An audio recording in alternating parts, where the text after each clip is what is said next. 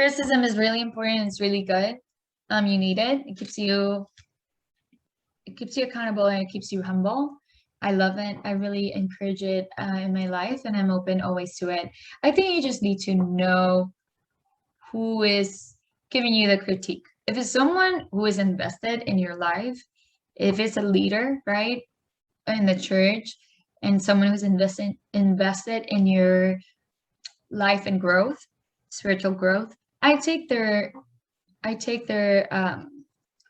criticism or their encouragement seriously, not seriously, but with more weight. You know what I mean? So I'm like, yeah, I see what you're saying, and I listen. Okay, perfect. I'll do it, and I'll keep that in mind next time for sure. Thank you so much. Usually, honestly, people are so sweet. I don't get people criticizing me. Outside of that, people are just very sweet to me. People are just sweet at church. So I just like don't really get the negative, like, oh yeah, like you were blah blah blah, you didn't, so I don't have much to speak about, like the other side, because people are so sweet and they're always so encouraging. They're like, oh my gosh, your singing has been amazing. So it's more like I'm always open, and I welcome my leaders and friends to to encourage me, and I always like, what can I do better, and it only helps you to grow. When I started singing, I would be so nervous that I didn't open my eyes through the entire worship set. I would be singing with my eyes closed. And my leaders were like, you have to open your eyes, keep your eyes open. And that really helped me, because then it helped me see people and helped me lead people to a better place, instead of like me being here and like, I can't see anyone, I'm in a dark room, so I think it's only great. And like, there's only so much that you can kind of like do with a self-assessment, so you need people to help you grow. Absolutely. And then follow-up is like, how do you make sure that you don't internalize the criticism? Because sometimes when people get criticized or encouraged, in your words, sometimes they start thinking that people are attacking their talent or their gifting, but they're really just Yeah, to see you at a better place. that's a great question. I think it's a maturity thing. And I think you have to trust that your friend, your leader has your best interest in mind. And it's not about you, and it's not about how amazing we are. And that they just want to, like what we're doing, the whole like thing on Sundays. It's not about us, and it's not about our styles or how we were trained in music school. It's not about that. When we decided to become worship leaders, we surrendered ourselves to the vision of our pastors. So when people come and tell me, hey, like, I would do, well, stylistically, I would do something else. I would do something in the past that was a little bit weird. I would just like try to, like I would like go out of control. And Nick and Sarah, the worship pastors, were like, that's great, but try to find control in those runs that you do, or in the ad libs, not runs, ad libs. Try to be more controlled, because when you do that, people lose, like they get distracted by your ad libs and what you're doing, and they lose focus of the words and the lyrics that they're singing, and they like deviate from God to you, what you are doing. You know what I mean?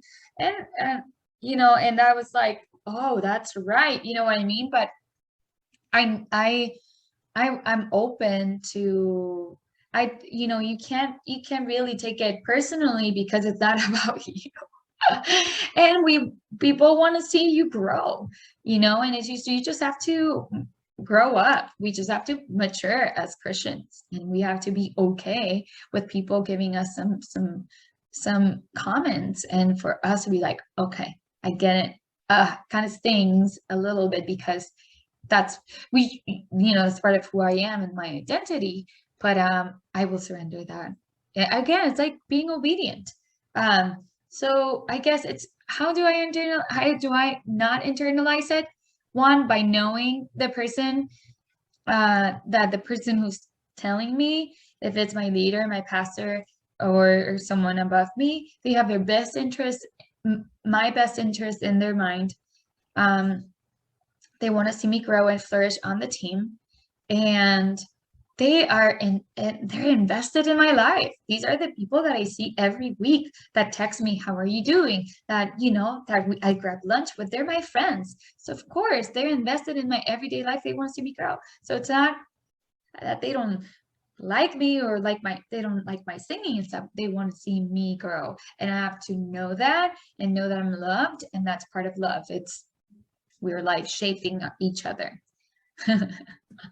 That is so good. So let's flip it now, because Yeah. you're a worship leader. So how do you give feedback to people who are newer? Yeah. So I try to be in relationship with them.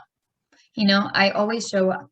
I always show up to rehearsal. I always try to show up and grab coffee with them, text them, hey, how are you doing? How's your week been? So happy to see you. And like, again, I try to be invested in their lives, because that just gives a little bit more weight to your words, because you love them and you want the best for them.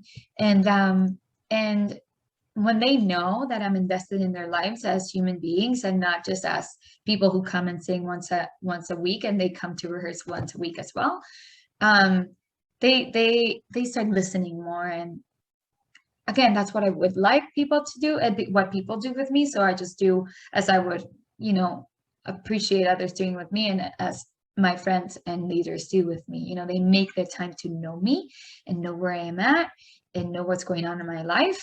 And then when we're in rehearsal, that's a great opportunity to teach others. So when they're singing and I'm not on stage, I'm like worshiping with them, but I'm observing them, and I'm like, hey, let's just chat about this real quick. And then I like go to stage with them. Okay, when you're standing here, here are the things to keep in mind, like posture, face, blah, blah, blah. Like, this is what we do. So I just like try to show them, so that when they're not singing and they're sitting, they're like watching us and observing us and learning from us. So just making the time with kindness to, hey, I saw you do this. Why don't, let's just consider this and open your eyes, and because it's really important. Just like try to show them, or have coffees and talk to them. It's like, hey, so I noticed that this, blah blah blah.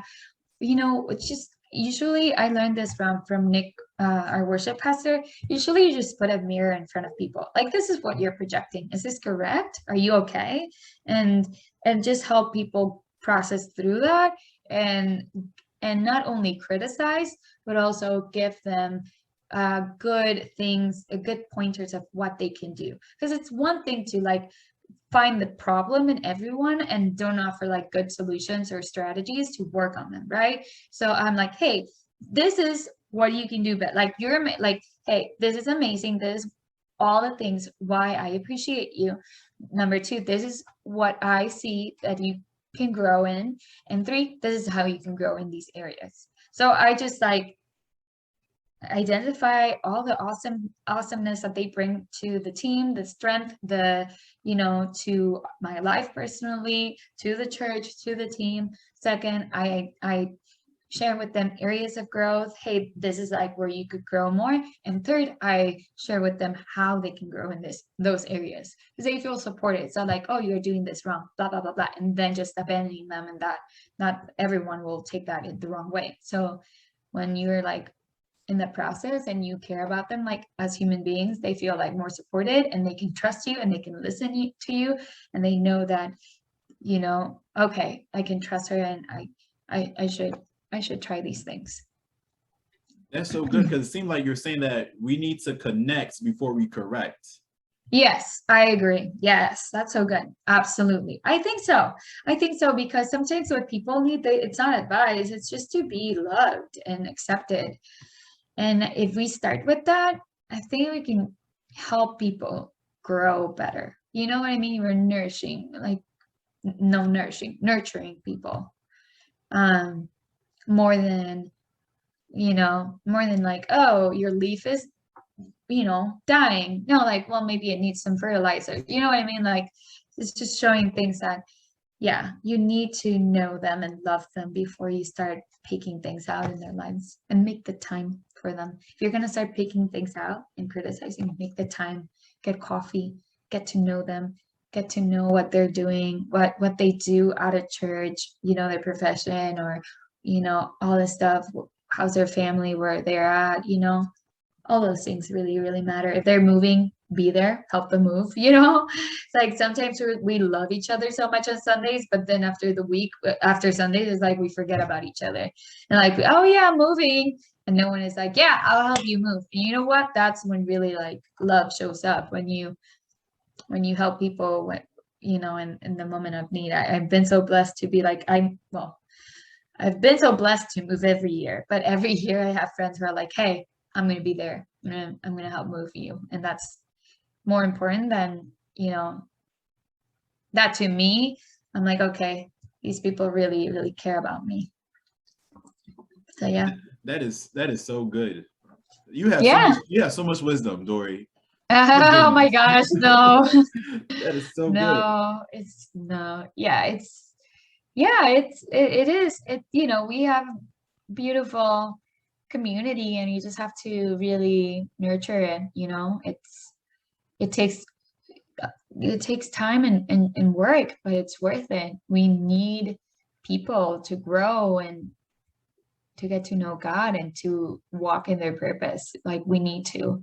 And if I died tomorrow, I would be happy to know that I've been a part of people's like walk with God, and that I've encouraged some people to live fully in Jesus. And that to me is why I'm here. Thank you for watching this video. If you want more content, subscribe over here and watch the next video over there. God bless you.